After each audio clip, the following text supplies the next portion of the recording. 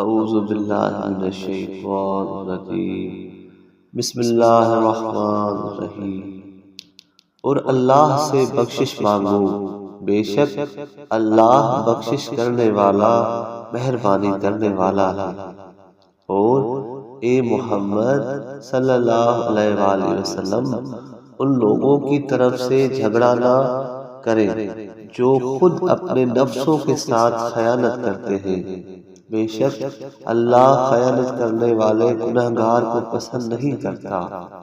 وہ لوگوں سے چھپاتے ہیں، اللہ سے نہیں چھپا سکتے۔ جب رات کو اللہ کی ناپسندیدہ باتوں کے ساتھ خفیہ مشورے کرتے ہیں، اللہ اس وقت بھی ان کے پاس ہوتا ہے۔ اللہ ان کے تمام اعمال کو گھیرے ہوئے ہے۔ تم دنیا کی زندگی میں تو ان لوگوں کی طرف سے جھگڑتے ہو، پھر قیامت کے دن ان کی طرف سے اللہ کے ساتھ کون جھگڑے گا، یا کون ہے جو ان کا وکیل بن کر کھڑا ہو سکے گا؟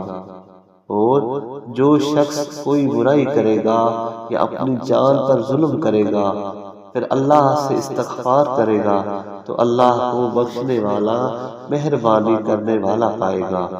اور جو گناہ کماتا ہے وہ اپنے ہی لیے گناہ کماتا ہے، اور اللہ علم والا حکمت والا ہے۔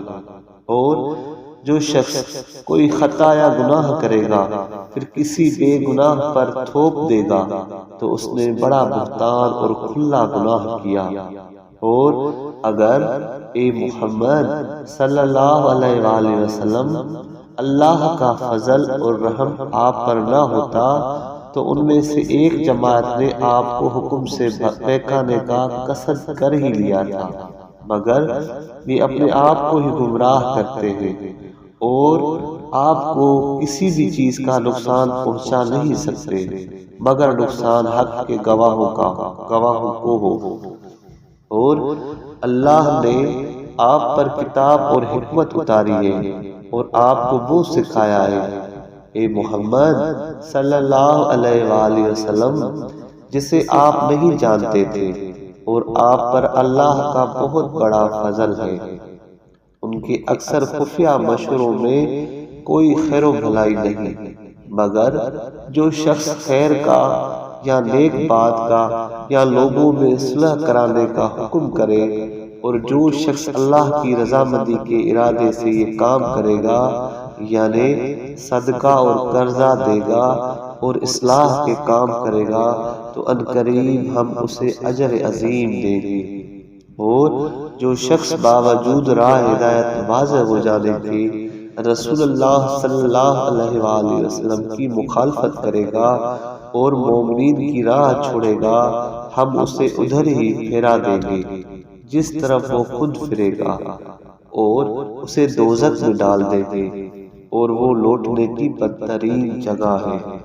اللہ اس شخص کو نہیں بخشے گا جس نے اس کے ساتھ شرک کیا، اور اس کے سوا جو چاہے گا معاف فرمائے گا، اور جس نے اللہ کے ساتھ شرک کیا وہ بہت دور کی گمراہی میں جا پڑا۔ اسے چھوڑ کر صرف زنانی چیزوں یعنی عورتوں کے نام پر بنی ہوئی بتوں کو پکارتے ہیں، اور صرف سرکش شیطان کو پوجتے ہیں۔ اللہ نے اس پر لعنت کی ہے۔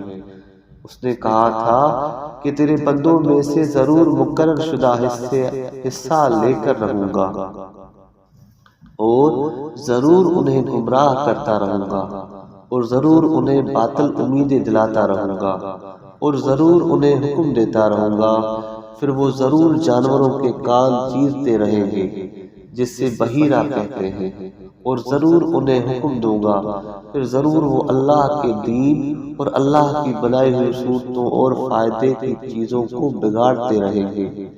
اور جو شخص اللہ کو چھوڑ کر شیطان کو اپنا دوست بنائے گا تو بے شک اس نے اپنا ہی نقصان کیا، واضح نقصان۔ شیطان ان کے ساتھ جھوٹے وعدے کرتا ہے اور انہیں امیدیں دلاتا ہے، اور شیطان ان کے ساتھ صرف فریب وعدے کرتا ہے۔ صدق اللہ العلی العظیم۔